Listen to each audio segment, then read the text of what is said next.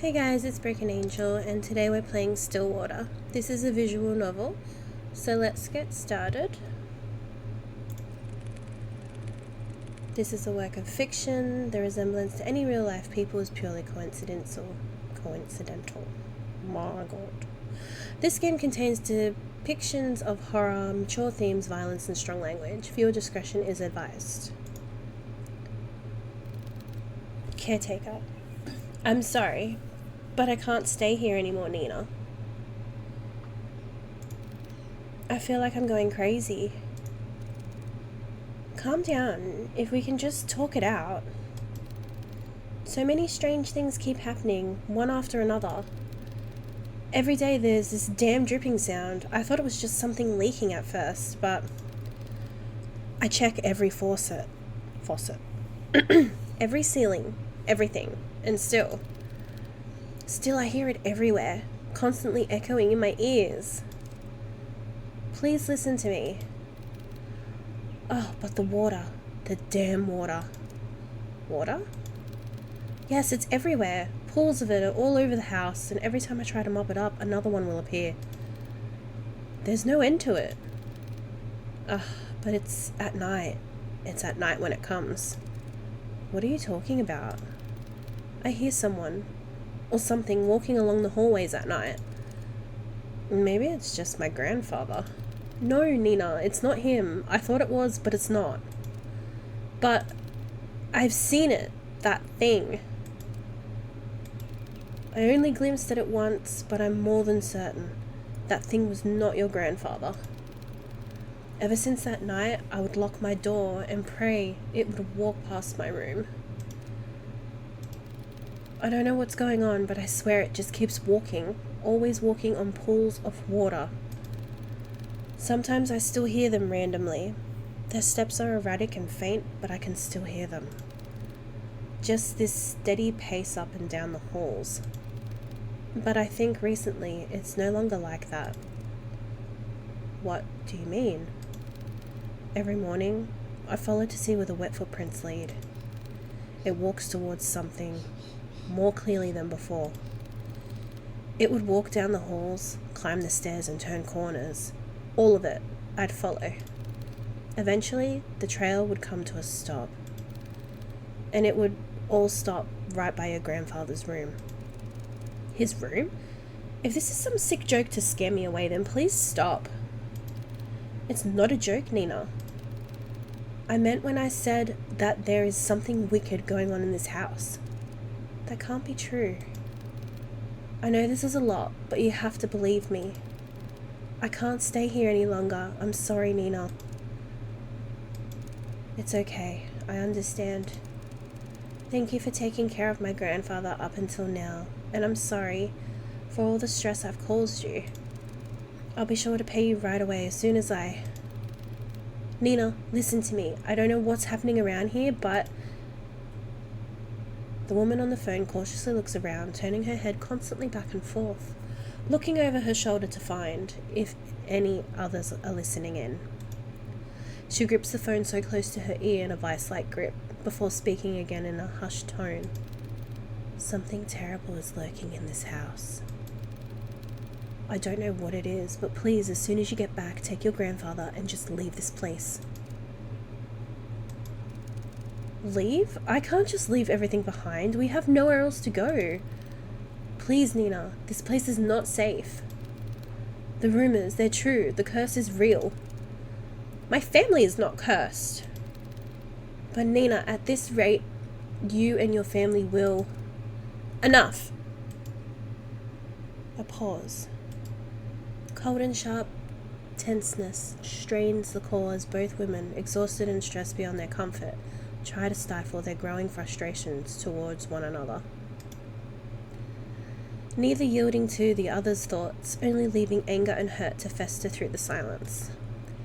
After what feels like a suffocating stillness, Nina finally sighs heavily and responds bluntly to the caretaker. Look, I don't know what you heard or saw, but I can't just leave things like this. Whoever or whatever they are, they will answer to me. I won't let them have their way. I don't have time wasting energy on this stupid curse. So, if you can't help me, then so be it. I'll find a way. Nina.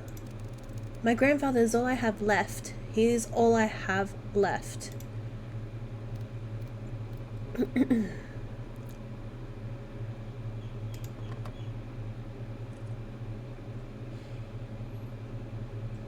Diner, 7 a.m. Amid a foggy morning, there sits a man by the corner of a booth. He drinks black coffee and, depending on his mood, occasionally orders a donut. And today it was just black coffee. I swear, I've never seen that amount of paperwork in my life. A freaking mountain worth of it. You're a valuable member of our team, Hugo. My foot. I'm starting to believe that I was bamboozled into joining their agency. Huh. Hugo Lauren, age 30, takes a good look at his cup of joe and chugs it all in one sitting. He then continues to grumble to himself about last night's grueling work at the office. I really need to find a different job. As he contemplates his poor life choices, he looks out towards the early mist. There was something inherently terrifying about the fog to him, how it engulfs everything and nothing. Even if it disappears, it always leaves behind traces. Proof of it remaining. Even in a quaint little town like this, I can't even run from my fate, I guess. Hugo finally stares at the compiled newspaper clippings he put together. Some of them from recent events, but mainly all were past headlines of missing person cases. No matter how many times I see this, it's still just as hard to look at. Fixating case after case, he can't help but remind himself that there is a reason for all of this. An all too personal reason. Seeing strange things comes with a price. In the end, I'm the one doing this to myself. Sounds rough. Mind if I join, Clea? An annoyingly familiar voice interrupts his train of thought. He slowly looks up to see the one responsible, although reluctantly. Good morning, Hugo. Hugo scowls and turns away from him. He then gathers the files and shoves it back into the binder. Meanwhile, the tall man takes this as an initiative and sits at the opposite end of the booth. He greets the waitress passing by and orders himself the hefty body breakfast special with an extra plate. As usual, the waitress is happy to oblige and goes back to the counter to relay his order. The man then looks back at Hugo. He sees the empty cup and the now jumbled newspaper clippings, all the while Hugo is trying to ignore him. You really should eat something with that black coffee. Not ordering any donuts today? I'm fine, Noah. I'm just not in the mood, okay? Not even a little. There is a momentary silence between them before Noah disturbs it once more. Well, too bad for you, I ordered a big breakfast for the two of us. Two? As if the world could grace Noah with an even more perfect punchline, the food arrives. Why the hell did you order for two of us? Just eat what you want to eat, don't worry about me. Wow. Right, Hugo? I don't know what that means or what it says. Are you even listening to me? Come on, we both know that if you don't eat now, who knows when you will, and I'm not about to let you faint. So open wide. Noah DeLeon, age 27, a natural-born charmer, is also the only person in the world who lovingly threatens him to eat every day. With a pensive look, Hugo finally gives in and eats the generous spoonful without further complaints. It's good. Right? Good food will always help cheer you up. Damn him, I got swept away again. Oh, by the way, the chief will be out for a business trip. She mentioned it will be for a couple of days. When did she tell you this? I didn't hear anything about it. Yesterday, I think. Yesterday? She told me to sort out the cabinets yesterday. She didn't mention anything about a business trip. I guess it was pretty sudden. Well, I mean, she did tell me to tell you. And lucky me, I know where you go every morning. You know what? I'm not surprised anymore. Well, what do you want to do? We technically have the day off. I'm going to head back to the office. There's a couple of boxes I didn't get a chance to sort out. In that case, I'll come with you. Why? You could just rest for the day. And pass up this opportunity to get to know you better, Kuya? Quit it. After their enlightening banter, the two of them finish their breakfast, pay for their meals, and head to Hugo's car. As Noah opens the door to the passenger seat, he notices a bloodhound sleeping inside. Oh, he's so cute! The big dog stirs at the sound of the car opening and lazily stares at Noah. Ah, I'm sorry, big guy. He then closes the door while trying to not make too much noise to disturb its occupant. Colby. At the sound of his name, his heavy-lidded eyes slowly peek to see who calls for him. It is his one and only partner, his human. As if finally realizing who he is or where he is, the old bloodhound stirs up from his sleep, pounces at Hugo, and proceeds to wag his tail uncontrollably. Good morning again, Colby. Had a nice nap? Colby, 8 years old, Hugo's most faithful and loving partner in crime, has the biggest tendency to just sleep all over the place. Noah, who is witnessing all of this from the back seat, chuckles to himself. He is amazed and slightly defeated at Hugo's sudden surge of energy. It doesn't matter how many times I try, when it comes to boosting up his mood, no one can beat Colby. Agency, 7:50 a.m.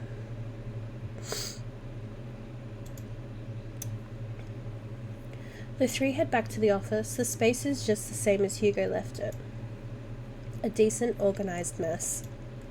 To his credit, for the amount of boxes he painstakingly went through, he believes he did a fair job. Albeit, it could have been better. Wow, you really outdid yourself, Hugo. It looks less crowded.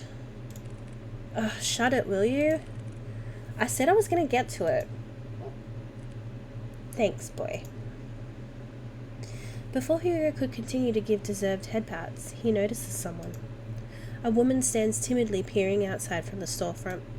She looks a bit frantic, and even more restless with her disheveled and ill-fitted clothes, drawing emphasis to her already too visible petite frame. The woman tries to grasp the door handle several times, but stops before she could touch it. Her brows furrow, agitated and distressed about something. So much to the point it is preventing her from just simply reaching out for help. However, when she finally makes eye contact with Hugo, she immediately rushes in. I'm so sorry. I know that the closed sign is up, but I saw you come in and Are you alright, miss? I need your help. My grandfather, Before she can continue explaining, Noah swiftly cuts in front of Hugo and intervenes, in all too practiced manner. It's okay, miss. We'll hear what you have to say. So please, why don't you sit right over here? Noah gestures to one of the empty seats at the other side of the office. The poor woman hesitates for a moment. She clutches desperately to the strap of her purse, her eyes focusing apprehensively on them and at the gestured seat. After mulling over Noah's offer, she quickly glances back and nods. The woman then walks towards the corner of the room and sits at the edge of the sofa. Her posture is wary and tense, giving no sign of comfort for even this brief moment of peace. Can you start off by telling us your name? I apologize for earlier. I'm usually a bit more composed than this, but I guess I'm failing at that too. My name is Nita Mortimer. Ah, hello, Miss Nina. My name is Noah DeLeon. I'm one of the assistants here. That big guy next to you is our other lovely assistant, Colby. And the one brooding over here is Private Investigator Hugo Laurent. I'm not brooding, I'm just tired. And our chief is away on business, but I think we can still accommodate you. So how can we help, Miss Nina? For just a moment, Nina appeared a bit more lax, more hopeful, maybe even relieved from this warm welcome. However, she once again tenses up, the guilt and shame come rushing back to her, visible by the creases of her brow as she once again realizes why she is here. I need help watching over my grandfather tonight. Tonight? Yes, I know this is a strange request, but my hands are tied on this. It has to be tonight. I'm sorry, Miss Nina, but I don't quite understand. Is your grandfather in any danger? I think someone is trying to take him away. Take him? Miss Nina, I think you should contact the police right away. They are far more equipped at handling this kind of situation. No, they're not. I've tried requesting their help, but they've given me the same answer, verbatim, for weeks now. They would send someone out to watch over the manor for like the entire day, but by the end of their routine they would always report back nothing unusual. They saw no one else leaving or arriving at the house other than me or the caretaker. And despite telling them all in detail about the letters and all the strange things that's been happening, there is nothing they can do about it but just sit around until it escalates even more. I can't wait any longer. Any more than this, then it'll be too late. If only I knew who Lewis was. Lewis? She lets out a gasp, her hands shot out to cover her mouth, realizing she had said too much so carelessly.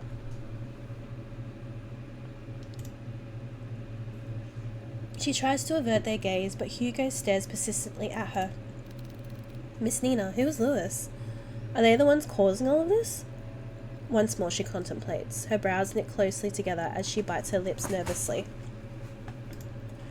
It's as if the words she wanted to say have suddenly died out, too heavy to even utter. A mistake she can't take back. Before the silence stretches further, Noah speaks to Nina with a gentle and reassuring tone. Miss Nina, I know it's scary. All of the things you've mentioned to us so far, no one should ever have to experience, especially by themselves. And I assure you, we'll listen to all of it. I promise. Wild and manic eyes search deeply at them, trying desperately to discern any doubt or mistrust on their faces.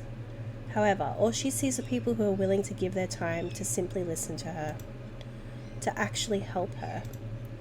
From this alone, Nina looks to the side where her purse is and opens it. Tucked inside one of the pockets, she takes out a single, slightly crumpled envelope with a pigmented red wax seal pressed in the middle. At a glance, Hugo can tell right away that this letter appears to be a bit more worn out and antique. And yet, despite its delicate form, it remains well preserved, well kept. It's as if the letter itself was untouched by time, forever waiting for it to be opened.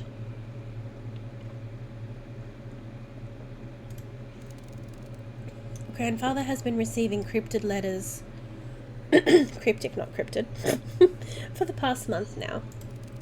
The letters didn't come with an address or the name of the sender, but this one is different from the rest. This had the name Lewis on it. As she hands over the letter, Hugo notices her hands slightly shaking. Nina is still avoiding his gaze, but he knows she is trying in earnest. But before he could reach out his hand, he senses it. A faint shift in the room, unnoticeable to the others, but all too glaringly clear to him. There is something very wrong with this letter. Suddenly, Hugo recoils his hand away in pain. Like being struck with something sharp, so spontaneously, so memorable, that even if the pain disappears within seconds, a hint of it remains. Something so small, akin to a prick from a rose's thorn. Or more like a paper cut. Are you alright? I'm sorry, I didn't mean to hurt you. No, I'm fine, Miss Mortimer. It's not your fault. It's not your fault. Hugo stares squarely at the cut. A thin red line starts to form slowly by the top of his index finger, trailing down and stopping just above the first crease. A red so clearly visible, it's taunting. That doesn't look like a normal paper cut to me. Let me get you a band-aid. It's fine, Noah. I don't need one. But really, it's fine. It doesn't even hurt that much. Noah takes one good look at him before sighing exasperatedly and sitting back down in his chair, still eyeing on Hugo's hand. Hugo shrugs and returns his attention back to the letter, but this time, luckily, nothing happens. For it to reach all the way out here with just a letter alone is truly terrifying. Carefully, he removes the content of the envelope and unfolds it. At first, it looks like any other normal written message. A person named Lewis is asking the other, Henry, to come meet him by the lake at midnight. needing to share something important with him. However, what's eerily striking about this is not the letter itself. Peering at the bottom of the page, a message scrawled, unlike the rest, stands visibly out to Hugo. A message that shouldn't be there. Remember our promise, Henry. When did you receive this letter? Yesterday. And your grandfather, where is he now? He's currently back at the house with the caretaker. I promised them I wouldn't be out for too long. I made an agreement with them you see. Oh? What sort of agreement? The caretaker we have now agreed to watch over my grandfather, but only during the day. Before nightfall, they would leave exactly at the same time. Before nightfall? I wanted to believe that this whole thing was an elaborate scheme to scare my family away. I know this sounds crazy, but at one point I thought everyone was in on it. The mail carriers, the officers, the caretakers, everyone had a hand at making our family suffer. But this one was different. Up until now, I've never heard of anyone by that name. Not a relative or family friend. But they clearly know who my grandfather is. If I don't do something about this, I'll lose him too. Just by uttering the words alone, Nina begins to break down. The stress, the anxiety, the fatigue of all it was finally catching up to her. Her body hunches forward, her hands pressed close to her eyes as she tries to cover the stream of tears running down her face. As an act of comfort, Colby sits closer to Nina while Noah fetches tissues for her. Oh, what a good boy. Hugo, on the other hand, is puzzled. She said this whole thing has been going on for the past month, but something doesn't add up. And before nightfall, I think there is more to this she's not admitting. Whatever happened with the letter, I'm more than certain. Certain that whoever, or whatever Lewis is, they're coming for blood. Take the case. Do you want more tissues? We'll do it. We'll take on your case. For a moment, everything goes still. Their eyes and attention are solely directed at Hugo, whose eyes have a certain glint to them, now unwavering and more determined than ever. Before anyone else speaks, Nina stands up, wipes away any stray tears from her face, and walks up to him. You'll take it? Hugo simply nods. Thank you, thank you. You don't know how much this means to me. We're glad to help, miss. Nina, please call me Nina. Well, Nina, we'll do our best. Nina smiles at Hugo and Noah in gratitude. Her eyes renew with a faint gleam. I hope that maybe things will change for her and her family for the better. However, before heading out, Nina reaches into her bag once more. She takes out a small piece of paper and a pen and hastily starts jotting down something. I best be on my way now. I'll let Grandfather know ahead of time you'll be coming. So that's the address? Also, this is my address. I'll be sure to greet you all when you arrive. And thank you again, truly. She politely bows to them and walks out of the office, already reaching into her purse for her car keys. Hugo watches from his desk as she goes to open the driver's seat. Nina looks back at the office window and takes one last look at Hugo. She waves slightly at him before finally pulling out of the parking lot and driving off. Once out of sight, Hugo turns to look at his cluttered desk. Still messy, but presentable. I guess I'll have to sort out these later again. Car, 5:30 p.m.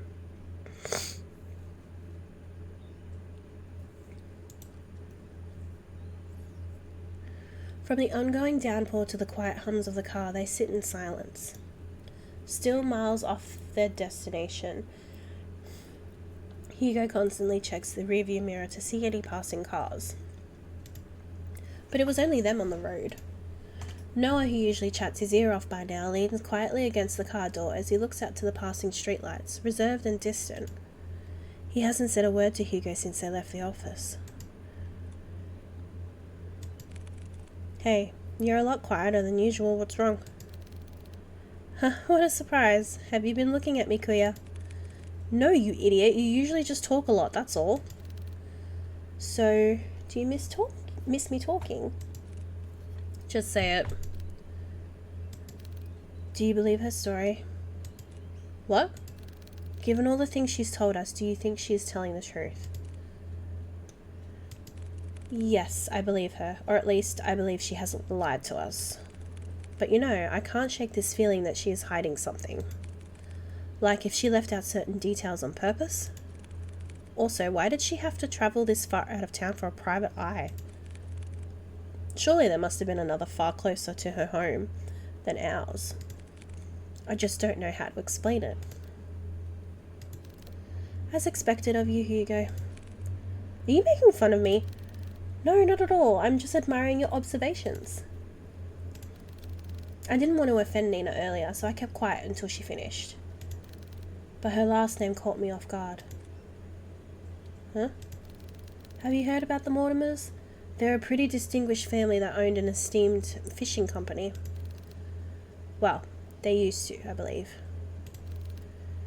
They have yet to name an heir. What do you mean? Shouldn't it naturally go to Nina? It should, but I don't know. From what I heard, each time they try to name a successor, that relative mysteriously disappears. Gone without a trace, or so anyone thought. Their bodies would soon turn up months after. And you know what's strange? All of them have been labelled as accidents by local news. No foul play, just another unfortunate loss for the family. They've been struck with so many tragedies that over time people began to believe they were cursed or something. Cursed? I think I can understand why she wouldn't go to the police again. They most likely thought she was seeing things and went along with the procedures just to keep face. But deep down, they must have thought she had gone mad. I can't imagine all of this for Nina. And most of all, who knows what we'll find there? Is that why you decided to come with me? Well, partially. I'm more worried about you, though. Me? Why? Think of it this way. I'm the appointed driver. When you decide to do something pretty reckless shit, I'll be there to drive you to the local hospital. Ugh. Besides, 2 is better than 1. Exactly. I was fine with Colby coming with me. Well, have you heard that 3 is better than 2?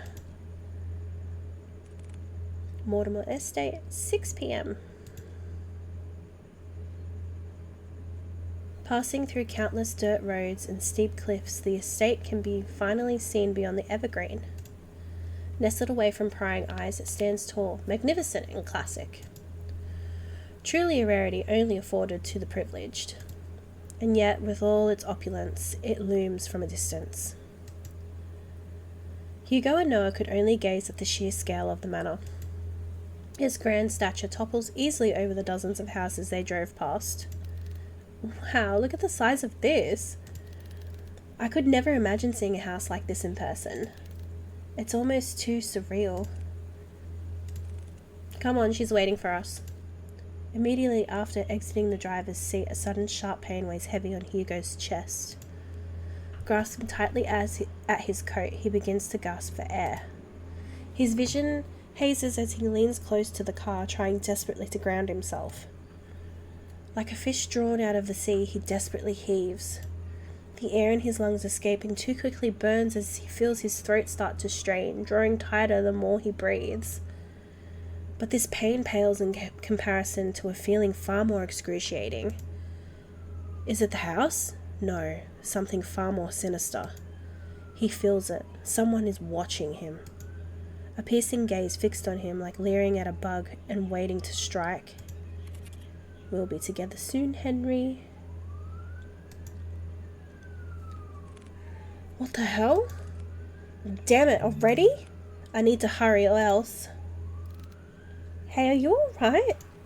Noah calls out to him, snapping out of his fixated trance. Colby nudges his head against Hugo, whining with concern over his partner's well-being. Did you hear that just now? Hear what? That voice. It was so close to my ear, Is everything alright? Oh, I'm fine, don't mind me. I'm just a bit winded from the trip, that's all. I'd be happy to make you tea at the very least. If it's no trouble. No, not at all. It's the least I can do. Once again, this subtle uneasiness from Nina resurfaces. But before Hugo could get a chance to look further into it, she walked off towards the front porch without saying another word. Are you sure you're alright? You sounded like you were choking earlier. I said I'm fine. Besides, we're already here. We can't back out now. Listen to me. I think you should... Noah abruptly cuts his lecture short as he notices Nina stopping by the front door. She stands by the door silently, contemplating something. It's just like before, but this time she seems even more anxious. Whatever unease she tried to mask earlier became more apparent the minute they walked closer to the front door.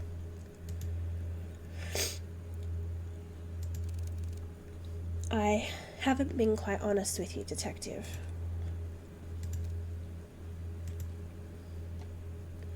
Just like before, as if carefully choosing her next words, she decides that in this situation, words are not enough. You'll see for yourselves what I mean. And with that, Nina enters the house, leaving the three to follow behind. Hugo is about to enter through the foyer when he feels a tug on his arm. Don't forget what I told you. If something happens, let me know right away. You'll be the first to know. And with that, Noah releases his grip on Hugo. They proceed to head in, not knowing what awaits them beyond the door. Greeted with a brightly lit hallway, Hugo notices immediately that the interior is just as grand. Adorned with floral accents and antique furnishings, the house itself exudes the word elegance. A classic and rustic charm with the walls and floorings made from the finest wood. Hugo couldn't help but gape when he walked in. However, he noticed something even more distinct than the splendor. Behind the seemingly perfect veneer, an unsettling air wreathes throughout the house, leaving no room for doubt that the inside is far more terrifying than the outside. Please come this way. Bracing themselves, they enter the dimly lit drawing room. At first glance, Hugo could not discern the silhouette situated at the far corner. Only the sparse lighting from the window pierces through a fraction of the room's darkness. However, as they approach closer to the silhouette, Hugo now understands the reason for all of Nina's unsettling vagueness. Grandfather, we have guests. Sitting on the armchair is a very young man, not much older than Hugo or Noah. He's dressed modestly and shares none of the imposing presence of the manor. No, rather such luxury does not even remotely reflect on the man before them at all. It's as if the flow of time had stopped only for him while the rest had continued changing drastically without him. Just like the letter, timeless, delicate, and jarringly out of place. Staring only at the window, the young man sits there dazed with little acknowledgement of the people around him.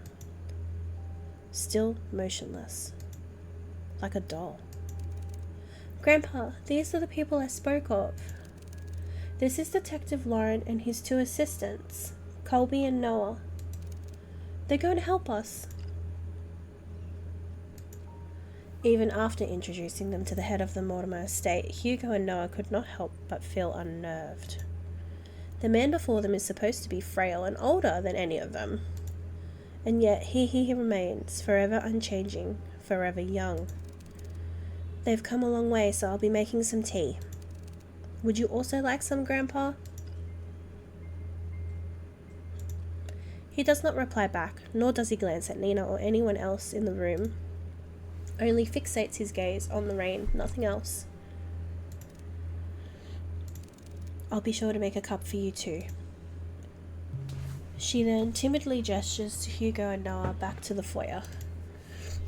Bearing more questions, the two follow Nina outside. But before they leave the drawing room, Hugo takes one last look at the young man. There is an all too familiar air about Henry Mortimer. His eyes, they're similar to his own. Whatever he must be longing for, Hugo knows it will never end well.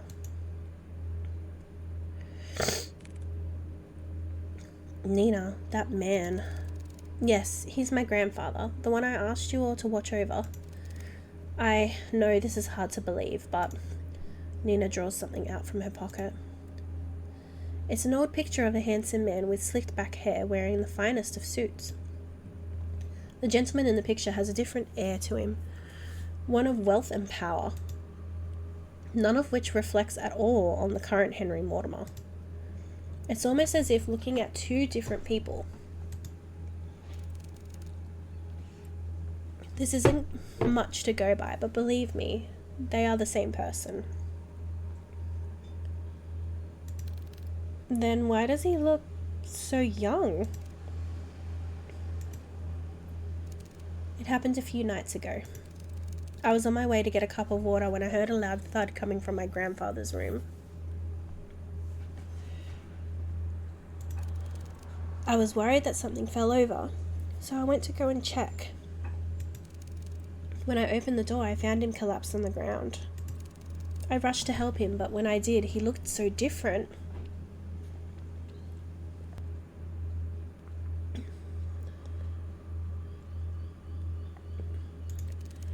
And his face. I recognized his face. He looked younger. So many things were rushing through my head at that moment, and yet I knew he felt familiar to me. I know it sounds bizarre, the more I talk about it, but that's what happened. That was also the same night I found the letter. It was next to him, already opened. I'm sorry again for all this. No matter who I went to, they either said something was wrong with me or my family. With everything going on, maybe they're right. The pools of water, the letters, Lewis, and now this. I've been ignoring the signs for years and just blindly hoping things can get better if I try finding solutions on my own. But that's not enough anymore. Maybe my family really is cursed. No, they're not. Curses aren't real. Detective? I think we easily get too involved in believing that sort of thing exists. In truth, the ones who fixate on it make it their reality. Rumors, doubts, lies, all of those things are what they want to become real. Deep-rooted emotions like that can't possibly be healed or fixed right away. But like a curse, those emotions drag other people down with them. Personally, I think you were caught up in all of this, but I assure you we'll see through this. For you and Mr. Mortimer. Thank you. Good. Now, our first priority is to find out more about Lewis. Nina, the letter you showed us back at the agency, do you have it with you? Yes, it's here. Do you mind if I borrow it for a bit? I'll be sure to give it back. Of course, but what are you going to do with it? I've searched everything on that letter and I still couldn't come up with clues. I'll be using it as a reference or a guide, if you will. I'm afraid I can't discuss too much of the process, trade secret and all. Of course. I'll check upstairs. Noah, you and Colby check the ground floor. Got it.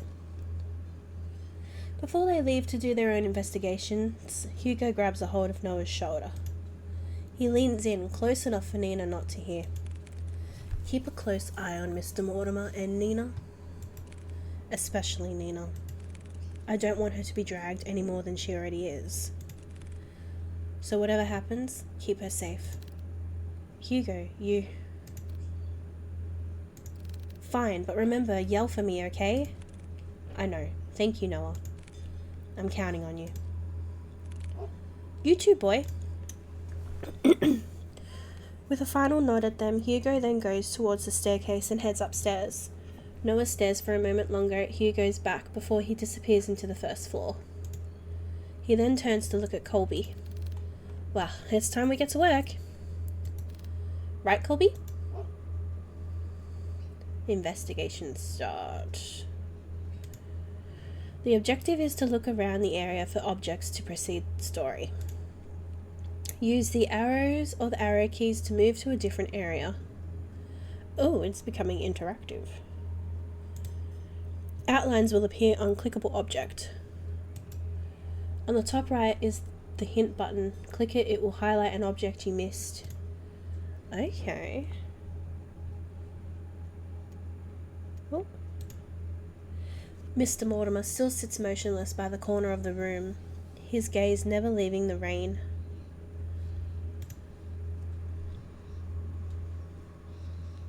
I don't think there's anything else here.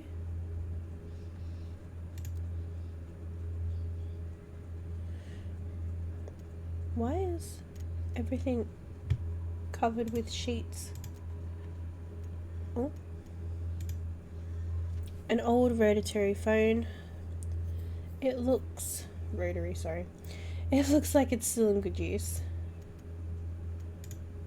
A delicate arrangement of violets and white roses. They seem to be fresh and fairly new. A large bookshelf stands close to the entranceway. It contains a couple of photo albums and a few phone books.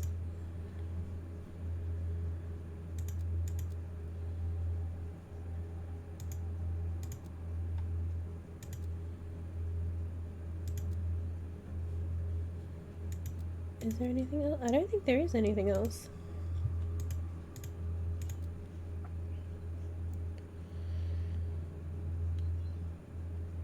Can we go upstairs? Oh. Frames decorating the walls are covered in white sheets, veiled with a thin lining of dust on top of each one.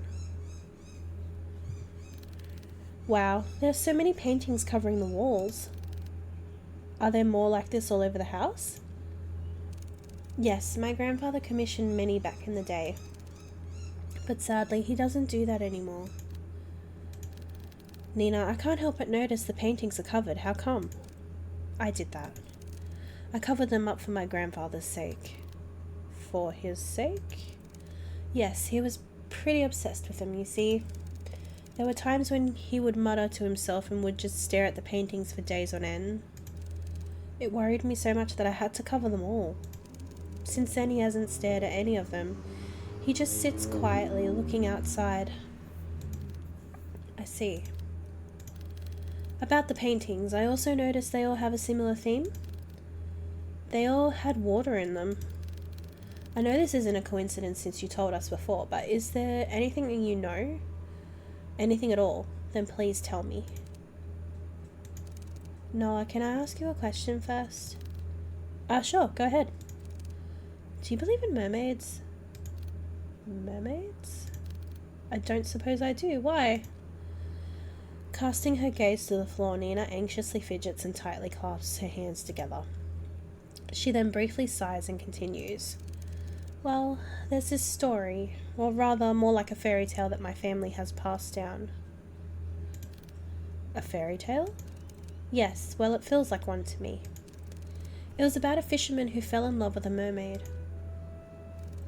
Every day and night he would go out by the shore to gaze at her beauty, but one day she vanished, leaving him confused and heartbroken. Determined, he would sail many seas for a chance to see her again. Sailing from coast to coast, new lands beyond, and back he would go. Not long after, fortune followed him all throughout his journey and made him one of the wealthiest and most highly respected in his village. However, despite all the wealth he gained through his travels, he never found the mermaid again. She would only be a dream, nothing more. And that's the end of the story. It doesn't end happily, but I guess there was a lesson behind all of it. I just never understood it. What do you think happened to the mermaid? I know it's an exaggeration, and yet I can't help but wonder. It's hard to say. I just feel bad for both of them. To be honest with you, I'm not a fan of sad endings. If it were me, I would wish the fisherman and the mermaid could see each other again. Or at least, that's what I think. Even if they weren't meant to be with each other. Yeah, I think so at least. I wouldn't want to imagine going through a journey all by myself. It's hard being alone. A journey all by yourself. Mortimer Estate, 11:30 p.m. After searching vigorously through each of the rooms, he knew his findings would eventually lead him here. This is it. Hugo walks toward the nearest lampshade and switches it on. Dimly illuminated, he sees the extent of how lavish this part of the house is. From the customized window drapes to the vintage furnishings, everything here exudes extravagance. But much like the interior Hugo has seen so far, he finds this one in particular reeks of it. Plastered from wall to wall, gloom lingers. It's as if the room itself is mouldering, despite its preserved nature.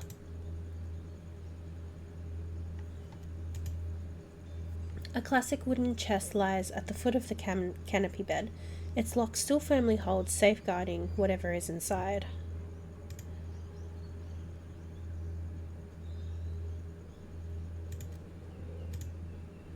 A meticulously organised set of academic books ranging from non-fiction to geography are all on display. However, hidden away behind the vast collection are some children's fairy tales, all carefully kept. Interesting.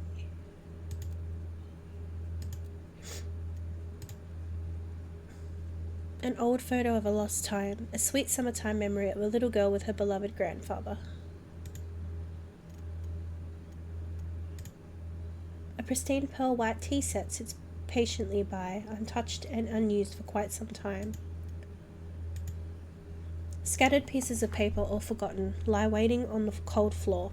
Heavily etched markings are found scrawled all over the papers. A leather-bound journal rests on the edge of the table. Its pages are torn out so haphazardly that the binding itself is starting to fall out.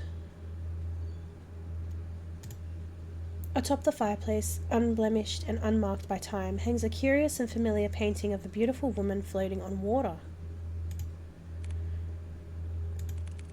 I need to hurry. I don't want to stay here for too long. Mortimer Estate, 11:50 p.m.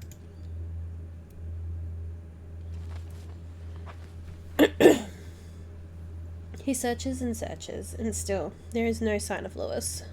To Hugo, even if there is a fragment, a singular thread to that person, to their real selves, he could find them. But there is nothing.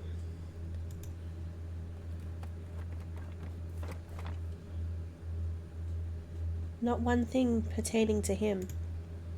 It's as if the thought of Lewis barely exists at all. What is going on? I clearly sense that presence from before, but it's gone again. Damn it, I wish I had more time.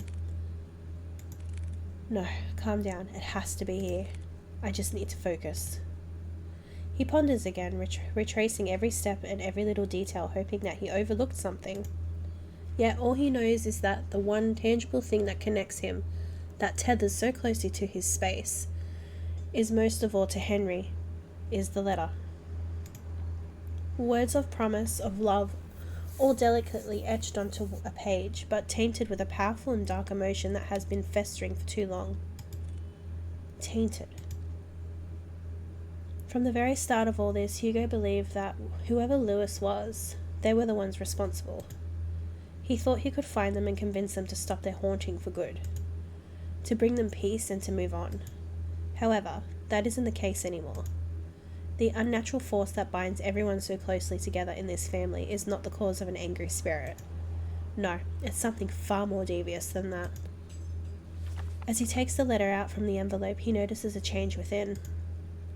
Bearing no foreboding threat at the bottom of the page, it looks just like a regular letter, or rather, that it was.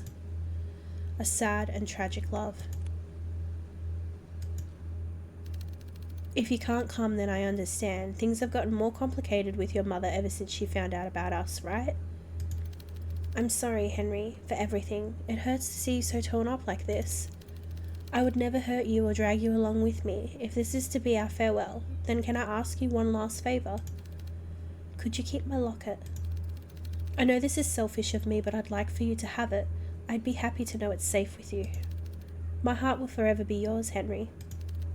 With love always, Lewis. So this was the true letter? A small warmth emanates from the paper, wrapping closely around his fingers, quiet and soothing. The fragment Hugo was searching for. Lewis, I'm sorry. You were also a victim in all this too. Please, if you can hear me, I need your help. Without warning, the sound of a click can be heard across the bedroom, as if something unlocked itself. Hugo turns his head towards the sound and sees the chest. Unlike the other furniture, its dark and rustic features have not been maintained well, left to rot on its own. Suddenly he stops at the sound of a sweet voice whispering to him, beckoning him towards the fireplace. Come here, my dear sweet boy. Ooh, do we go to the painting? Let's go to the painting. There, mounted by the fireplace, is a painting of a beautiful woman floating on water. Her pale skin is incandescent, brilliantly prominent against the contrast to the dark, murky waters that keep her hidden. Keep her bound to the canvas. Hugo stares intensely at the picture. An empathetic sorrow swells within him, disarming his very senses and forcing him to inch closer, surrendering himself to the sweet song. Poor thing, how lonely you must feel. You are a lot like him. Like Henry. As Hugo approaches closer and closer to the painting and his mind screaming to run, he sees it. He can finally see beyond the facade the lady portrays, for what the painting truly is. But don't worry. I can take away that sadness. A deformed creature, a mermaid, floats above the surface, the voice whispers. Large hollow eyes stare back, boring deeply into his eyes. Her skin is melting, bleeding heavily, this black ichor as it gushes out from the canvas. Some of it starts to hit, not only the floor, but at Hugo as well. The black, vicious tar clings persistently onto him, unrelentless as they continue to pile up. And then he feels it. What drew him initially to this thing? A deep sense of longing rushes through him, snuffing out what little control he had left, finally embracing this nature. To come home. Take my hand. Without hesitation, Hugo reaches out his hand while his body leans in closer to the mermaid. She grabs and pulls him in. Not once looking back, he dives and follows after her, returning to nothing. Bad end. Beyond the painting. Damn it. Okay. Well, we're gonna have to go back and do the right ending, right? Load. Oh, damn it, we didn't save any.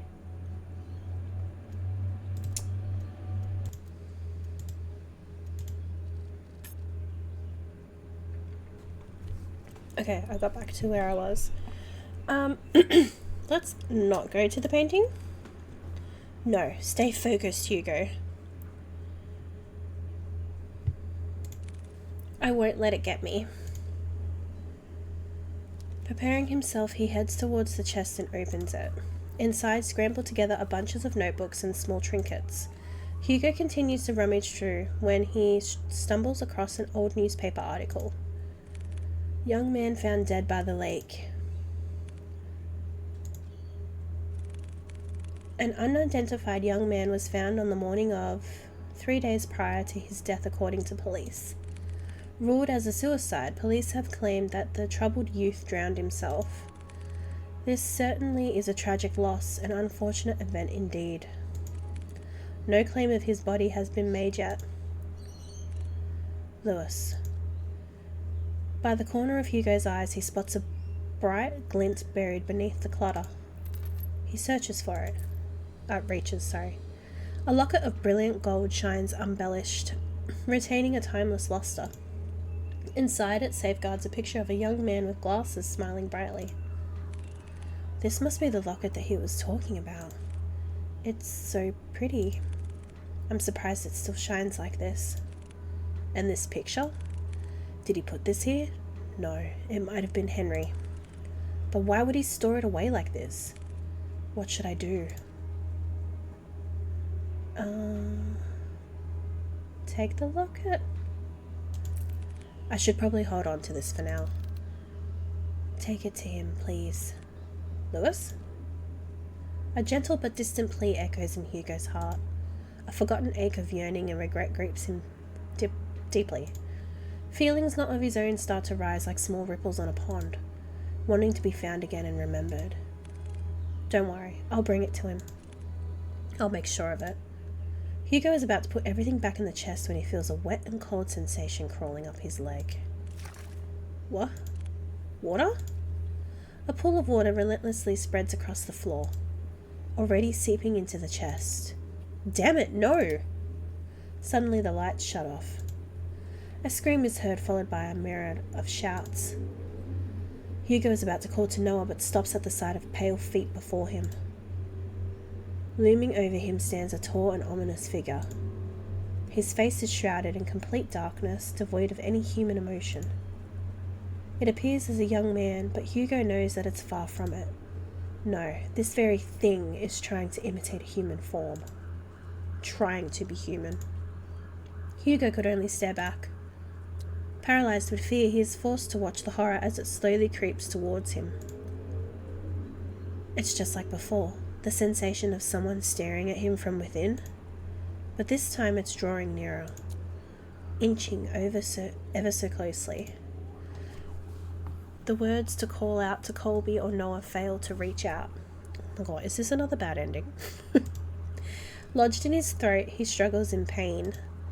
With his breathing shallow, he tries to force his body to move. And then it stops.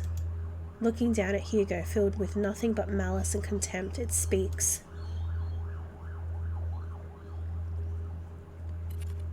Don't get in my way. All of a sudden, the door to the bedroom slams shut and the entry disappears. The tension from his body finally releases its agonizing grip and he gasps desperately for air. His vision blurs and his breathing is haggard. He staggers toward the door. He yanks at the handle several times, but it's tightly jammed. Fuck! Noah! Colby! To his dismay, he is only greeted with silence at the other end of the door. Damn it! From a distance, he faintly hears the sounds of Colby's relentless barking as it gets further away from the house. Hugo rushes toward the window. He tries to pry it open, but just like the door, a heavy force prevents him from doing so. Like being underwater. His movements slow and drawn out, as if being dragged down by that thing. Fuck this! Frantically looking around the room, he spots a nearby chair. Without a moment sooner, Hugo grabs the chair and starts to strike the window. Bit by bit, the window cracks get larger with each blow, splitting off smaller pieces. What the hell is this thing made out of? Still trying to catch his breath, he musters all the strength he has left for a final blow. Damn you, just break already! Clearing out the remaining glass shards, Hugo peers his head out to see any railing he can grab hold of. However, he discovers instead that the wall adjacent is covered in ivy. Despite how heavy the rain has drastically become, he reaches out for it, grabbing a handful of the vines. Carefully, he climbs out the window, gripping tightly and making sure he doesn't lose his footing. Yet to his luck, the patch of vines he clutches start to tear away from the wall. Out of desperation, he struggles to find his grip on another, but fails when his hand slips out of reach. Shit! Oh. Clamoring wildly as he loses grip on the ivy, he crash lands onto a thicket of bushes. Air forced out of him, he leaves uncontrollably, trying to even out his breathing. But even that is laborious. An immense pain spreads across not only his back, but his entire body. God, I'm getting too old for this. Although his body screams out in pain, he forces himself up. There's still time. I can do this. I have to do this. With staggering feet and haggard breathing, he makes his way to the place where it all started. To the lake, where this tragedy starts and ends. Okay, so we didn't get another bad ending. Finally entering through the park. Hugo calls out to Colby and Noah. Colby, Noah, where are you? He hears faintly the sounds of barking and echoes of people yelling in the distance. He rushes towards the echoes, guiding him through the downpour, With his heart racing and blood rushing to his head, he finds his way to the lake. Drawing closer, he sees Nina giving chase to her grandfather. Unfortunately, she doesn't get too far as Noah stops her. Grandpa, stop! Grandpa! Let me go! My grandpa, he's... No, Nina, it's dangerous. You'll get hurt too. I don't care. I don't want to lose anyone anymore. It's at this instant Hugo trudges against the water, pursuing in Nina's stead. Hugo? No, don't. Please falls deaf to his ears.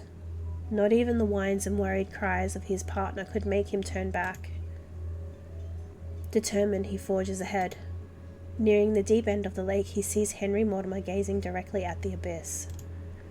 He looks even more frail and disheveled from before. It's as if all the life he's lived up until this point has begun to fray, draining every ounce of himself, and surrendering it all to the lake. Before Henry could lean in, Hugo reaches out and tugs at his arm. Mr. Mortimer, listen to me. Nothing is waiting for you down there, so please come back to the shore with me. Motionless and unresponsive, he stares deeply into the water. The haze over his eyes is still obscure and persistent. There are so many things we cannot afford to lose in our lives, and you're one of them. To Nina, you're all she has left. She needs you, Mr. Mortimer. Hugo felt it. A slight jolt from Henry's arm, as if stirred by the mention of Nina. He slowly turns to face Hugo. Nina.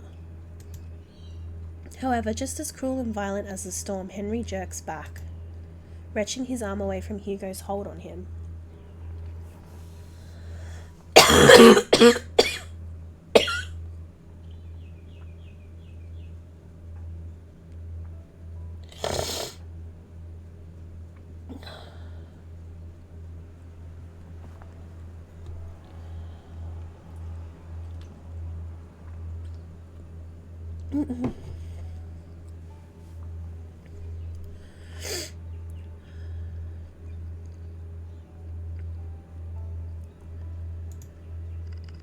No, all of this is my fault. If only I got to Lewis sooner, then none of this would have happened. He was waiting for me. He was patient with me. And yet, for all the things he's done, I chose my family over him. He's gone because I didn't pick him. Henry backs further away from the shoreline. Mr. Mortimer. His manic eyes never straying from Hugo as he keeps his distance from him. Lewis, I'm sorry. I was the one who dragged you into this. You deserve so much more. And I wished... Henry struggles over his words. He clasps tightly to his chest, his throat dry and taut from all that he has bottled up. From all those repressed and silent years of just waiting for this curse to finally take him. I wish I'd gone with you that night, Lewis. Sir, even if you still covet that wish, it wouldn't resolve anything. Not for you or Lewis. I read what he wrote to you those years ago. He understood if you didn't want to come see him. But the thing is, Mr. Mortimer, Lewis never thought anything less of you. He said so in his letters to you. His letters? For the longest time I wanted to believe he hated me for that. Resented me for that choice. Or at least I thought it was easy for me to think that way. How long has it been since I talked about him? It's been too long, sir. But that's why you don't have to shoulder all of that pain by yourself anymore. We can talk about it. About you and Lewis. All of it, together. Hugo extends not only his hand to him, but a promise. A promise that Henry had yearned for so long. A way to forgive himself.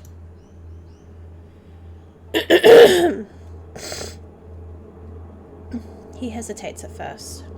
What fool believes in a deserved forgiveness? Such a thing doesn't exist. And yet, despite everything, Hugo still reaches out to him. To a stranger. Maybe he can be forgiven. Just as he was about to reach out for Hugo, a hand slithers around Henry's instead. Its arms unnaturally contort around him while its head perches on his shoulder. This thing, this Lewis, is no longer pretending to be human. With piercing cold green eyes, it glares directly at Hugo, mocking him, cursing him, wishing nothing but despair. We can be saved.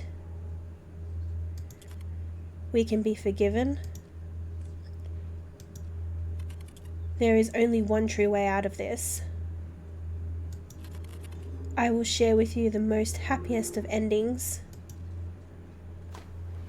Before Hugo could reach out for Henry's hand, he disappears into the water. Mr. Mortimer! Without hearing the anguished cries and desperate pleas, Hugo dives after him into the abyss.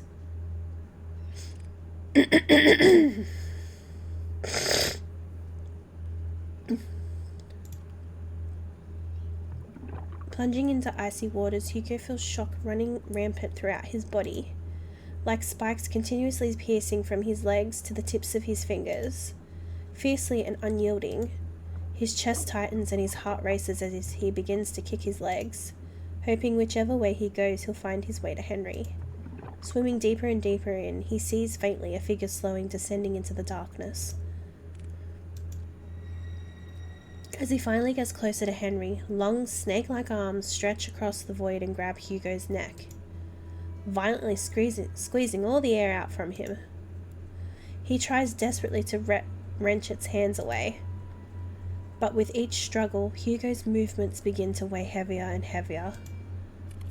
Lewis, where are you, Lewis? It's looking for Lewis.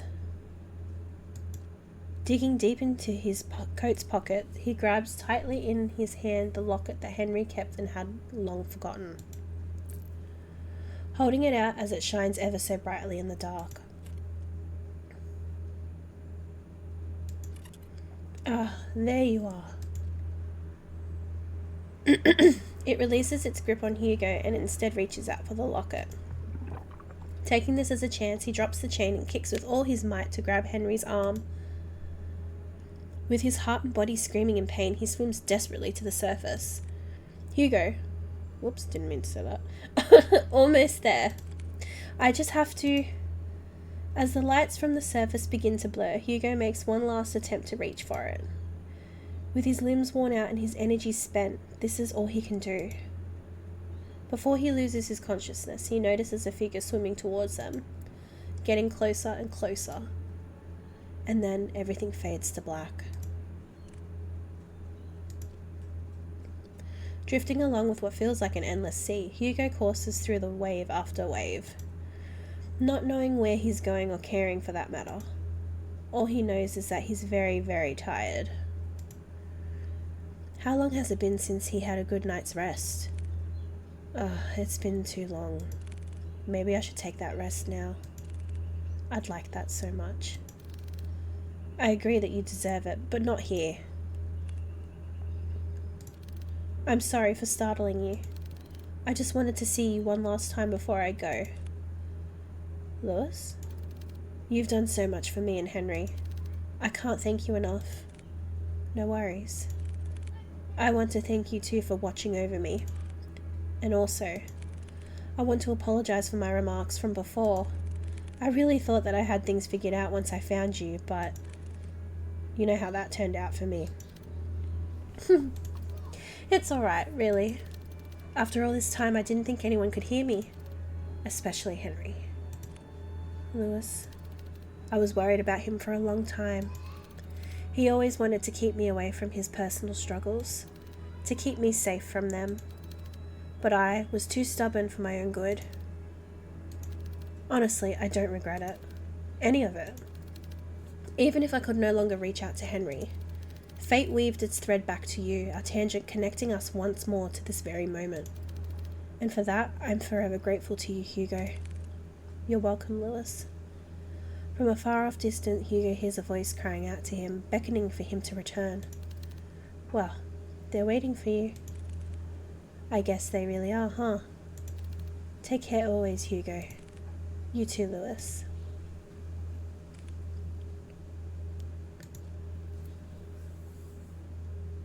With his eyes closed and his senses still returning, he feels the constant tugs and licks of a certain bloodhound, whining as he tries to wake up his partner. Hugo! He also hears another familiar voice, too annoyingly close for comfort. Eyes shot right open, he jerks up. Confused, Hugo looks around before he coughs up the remaining water in his lungs. Are you alright? Noah starts to pat his back while Colby continues to whine over Hugo. Well, what happened? Where's Mr. Mortimer? He's safe. So is Nina. They're both okay. The police and the ambulance should be arriving soon. Thank goodness. Isn't there more you have to say to me? Instead of thank goodness? I swear you don't listen to a damn word I say. I'm sorry, Noah.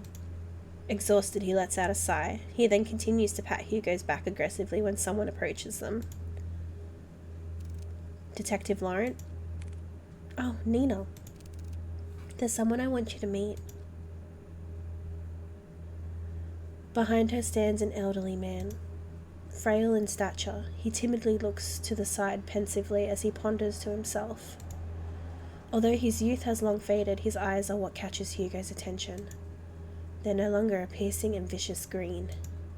Only eyes just like Nina's. Hello, Mr. Mortimer. Detective. I never got the chance to say goodbye to him. I always thought about it every day. What if Lewis lived on in this world?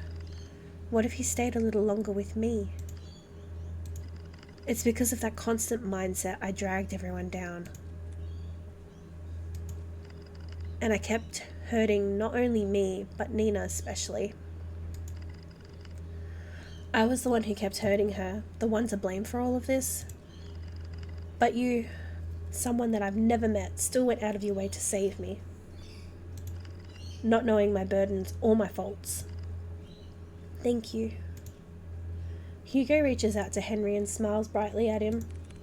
It's my pleasure, sir.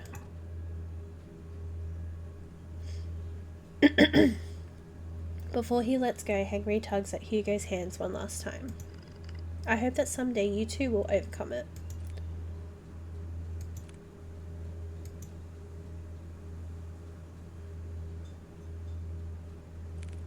The next day, 8 a.m. Well, good morning, Hugo. You're bright and early. Morning.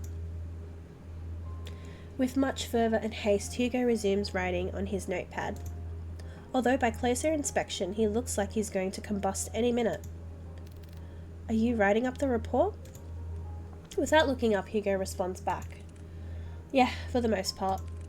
You still need to write yours too. I will. But since I haven't had breakfast yet.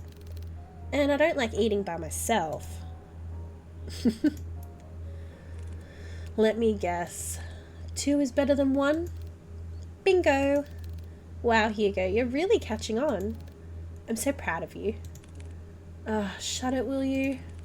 I swear, if only I hadn't fallen off from the goddamn window, maybe my report would have been shorter. Before Noah could begin to cut the bacon, he pauses at the mention of Hugo's report. Oh, yeah, by the way. Mind telling me what happened to Mortimer's window?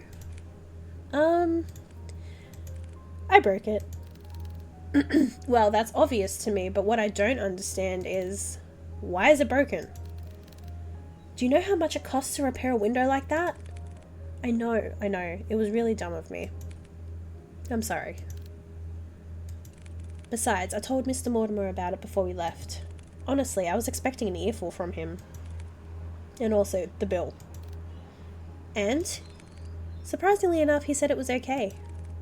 Lucky us, right? So what? You just called it a day after all of that? Thank you so much, Mr. Mortimer. You broke it. You pay for it. Would you chill? Of course I'll pay for it. But each time I kept insisting, he just shrugged it off.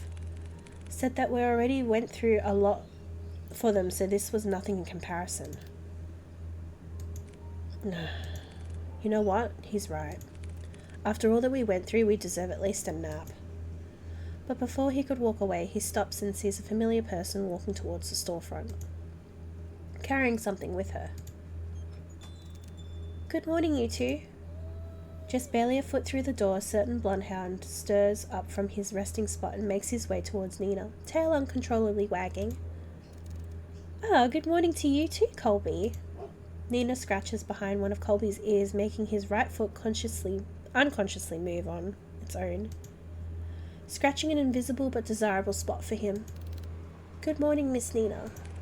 Morning. What brings you here this time around? Is everything all right with your grandfather? Yes, he's doing pretty well, actually. Even better than before. We talked so much last night, I hardly slept at all.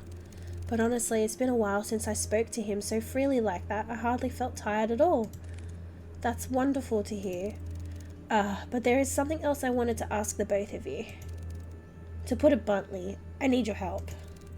If you two aren't busy, I would like some company eating these. Inside a plastic bag are a stack of 2 boxes placed on top of each other. She opens the box on top and reveals a colourful array of neatly decorated donuts, all lined perfectly. No cramped or squished spaces. A work of art in Hugo's eyes. Wow, so pretty. Donuts? They look so delicious.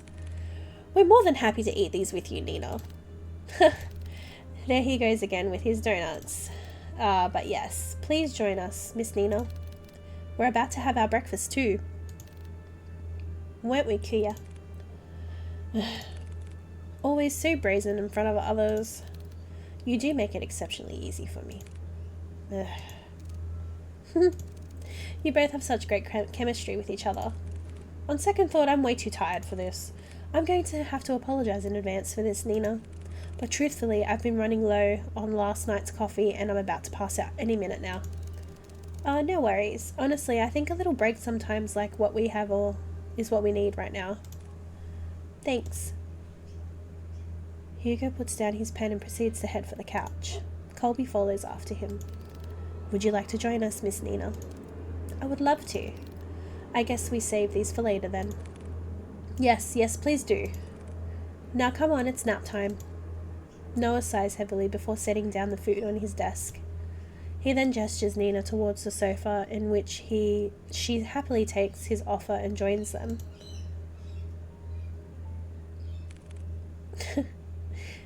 I'm getting old. I mean, you are old. Shut it. This is really nice.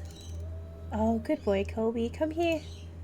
Nina quietly coos at him and begins to scratch at the back of Colby's ears once more. Hugo leans in a little closer to Noah, his voice above a whisper, but close enough for Noah to only hear him. You know, I'm glad that you came along yesterday. Oh, what's this? Are you getting chummy with me now? Call it chummy or whatever, but I really mean it. If you hadn't saved us back there. Look, I told you before. I'll be there whenever you get yourself into reckless shit. Besides, didn't you say this was nap time?